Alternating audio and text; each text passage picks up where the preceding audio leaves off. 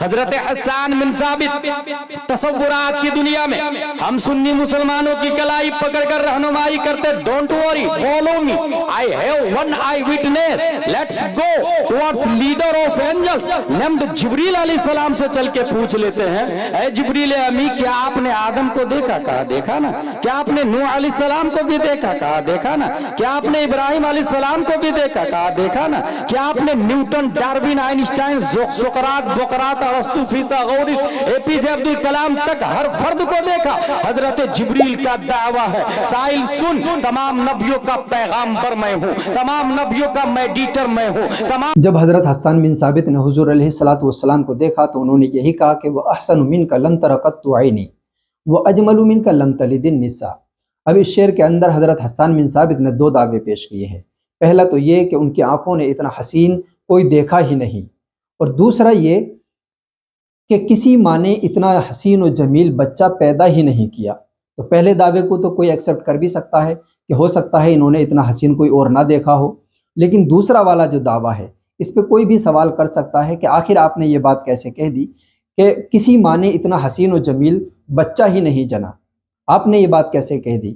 اگر یہ بات آپ نے کہی ہے تو اس کی جو ہے آپ کے پاس دلیل کیا ہے؟ یعنی اگر آپ نے یہ بات کہی ہے تو آپ کو اس پر یہ ہونا چاہیے کہ آپ نے تمام جہان کے لوگوں کو دیکھا ہو, یا آنے والے جو گزر گئے یا ان کو سب لوگوں کو دیکھا ہو, اس کے بعد آپ یہ بات کہہ رہے ہیں. تو آخر اس کا کیا ثبوت ہے؟ یہ 9 منٹ کا بیان آپ سمجھ لیں گے کہ حضور علیہ السلام جیسا حسین و جمیل کوئی ہے یا نہیں. کیونکہ یہ صحابی کی بات ہے, اسے سنی تو ایکسیپٹ کر سکتا ہے, لیکن دنیا کے اندر بہت سارے لوگ وہ ہیں جو حضور علیہ السلام کے تعلق سے یہ عقیدہ رکھتے ہیں کہ حضور علیہ السلام ہماری طرح بشر تھے. تو آخر اس پر کیا دلیل ہے کہ کسی ماں نے اتنا حسین بچہ جنا ہی نہیں؟ اس دلیل کو ہم اس ویڈیو کے ذریعے آپ کو سمجھانا چاہتے ہیں. آئیے ویڈیو دیکھتے ہیں. رسول ہاشمی کی بارگاہ میں درود شریف پڑھیں گے جن کی ہونٹوں کی نزاکت کو وقت کے قلندر نے دیکھا تو قلم سے کہا لکھ, پتلی پتلی گلے قدس کی پتیاں, سبحان اللہ, ان لبوں کی نزاکت پہ لاکھوں سلام. اس رسول ہاشمی کی بارگاہ میں درود شریف پڑھیں گے جن کی آنکھوں کی توانائی کو وقت کے مجدد نے دیکھا تو قلم سے کہا لکھ, جس طرف اٹھ گئی دم میں دم آ گیا, سبحان اللہ, عنایت پہ لاکھوں سلام.